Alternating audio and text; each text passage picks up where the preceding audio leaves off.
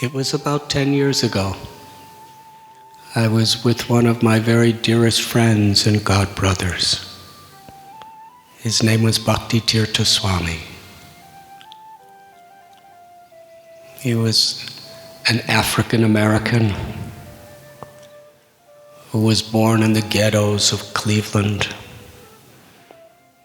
at a time in the 1950s and 60s where if you're born in the ghetto, it's a 95% chance that you will live and die in the poverty of a ghetto.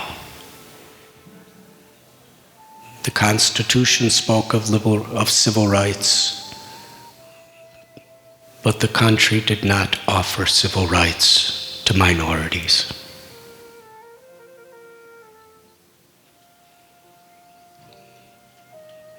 But he was incredible, so positive. He never lost hope. He had such faith in God and such a will to do good for others that without even asking, he got a full scholarship to Princeton University. And he graduated.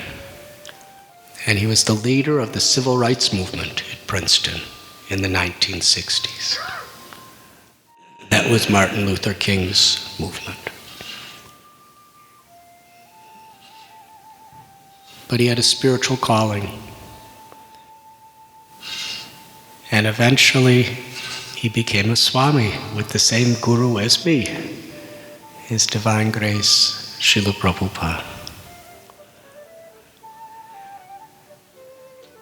He wrote many books. He would give spiritual guidance to people like Nelson Mandela, Muhammad Ali, Alice Coltrane. He called me to his bedside because he was suffering from melanoma cancer. I'd like to tell you one story. One that is etched so deep forever in my heart. Because his health was going through so many ups and downs. But his consciousness was always so humble, so transcendental, so full of compassion and detachment. This is an irresistible combination. Detachment and compassion.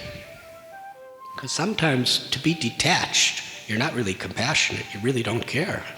It's not about me, nothing, no one. So sometimes detachment creates an aloofness. But when there's deep detachment from one's own ego, from one's own selfishness, that's harmonized with profound compassion, real care for others, real willingness to make sacrifice for the welfare of others. That's a combination that can transform people's hearts. So one day he was in so much pain that his whole body was trembling. And they sat him on a chair because he was paralyzed from the waist down.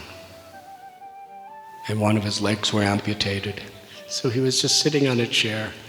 And I was speaking to him because we would spend hours and hours just talking about spiritual subjects.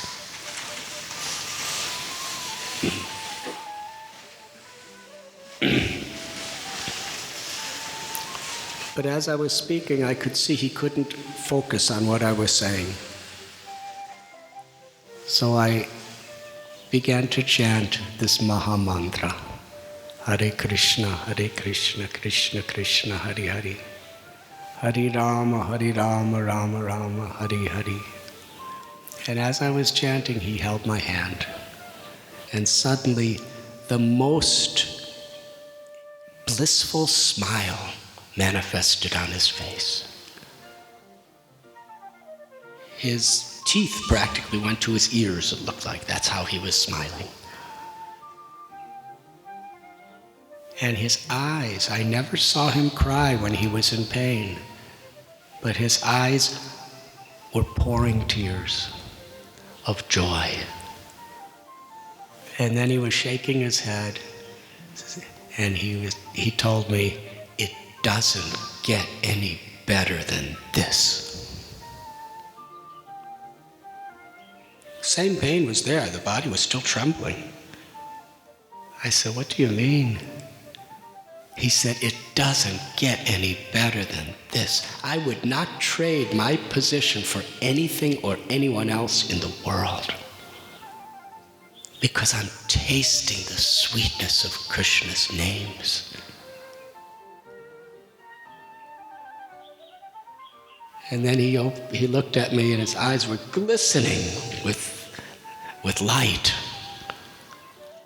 And he said, I'm feeling Krishna's love, and I know where I'm going, and I'm ready to go. It doesn't get any better than this.